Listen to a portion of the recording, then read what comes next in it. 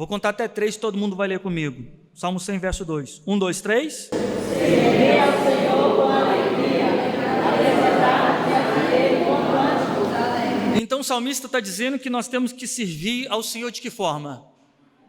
Ele está vinculando a alegria como o combustível para um bom serviço ao reino de Deus. Um triste prestará um mau serviço ao reino de Deus. Então, talvez nós estamos encontrando problemas que notificam o motivo pela qual pessoas não têm predisposição para servir dentro do reino de Deus, no corpo. Ele olha e não vê absolutamente nada que ele se sinta atraído a realizar em prol do reino.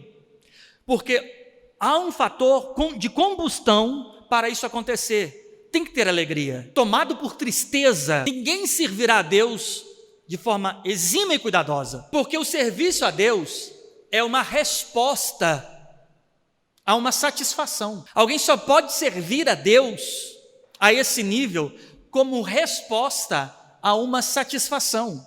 Quando alguém está plenamente satisfeito com aquilo e através daquilo, dessa satisfação, ele opera para o reino de Deus. Basicamente é isso que o apóstolo Paulo fala em 2 Coríntios, quando ele vai dizer que aqueles que vivam para si, aqueles que vivem, não vivam mais para si, mas para aquele que morreu e ressuscitou.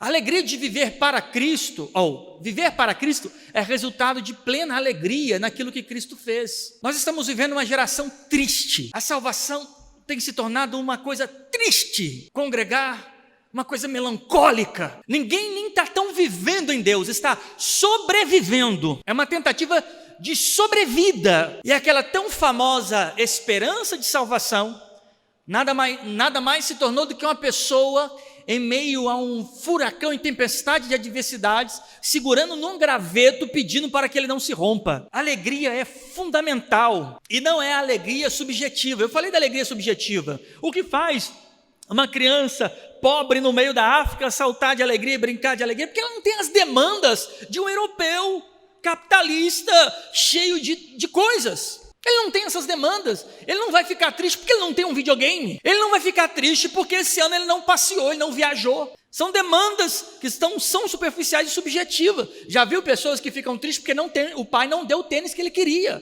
Essa criança não vai sofrer essas frustrações mesquinhas. Comeu, bebeu, está com os amigos, está com os irmãos, está com a família, para ele está de bom tamanho, ele vai dançar. Essa alegria é subjetiva. Agora, se ele não tiver comida, ele pode ficar triste. Mas eu não estou falando da alegria subjetiva circunstancial, eu estou falando de uma alegria da realização da salvação. Algo me realiza. Realização. Você já parou para pensar sobre esta palavra realização? Sabe o que significa realização? É algo se tornando real. Sabe o que é algo real? A melhor palavra para definir algo real é algo que é concreto. Por que o rei é chamado de rei ou realeza? Porque é algo concreto. Não tem como tirar isso dele. Ele é um monarca. Ele está com a coroa. Ele é real. Ele é uma realeza. Algo concreto. A salvação precisa ser algo real. Porque se não for real, você não se realiza nela. Se a salvação for só uma perspectiva religiosa, evangélica, dentro da tomada só de um ato religioso, a salvação também seria uma outra coisa subjetiva. Por não ser real, ela não te realiza. E como que a salvação pode ser tomada de alguém, se isso fosse possível? A salvação mesmo, a real, ela não é tomada.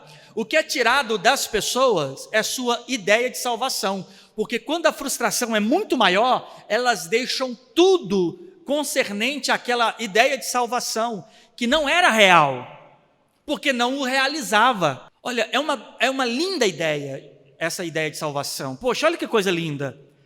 Deus olha para nós, vem e perdoa os nossos pecados, morre, ressuscita, nosso nome no livro da vida, agora só aguardarmos o dia que ele vai vir e vai nos buscar. Isto é, resumidamente, é uma coisa maravilhosa.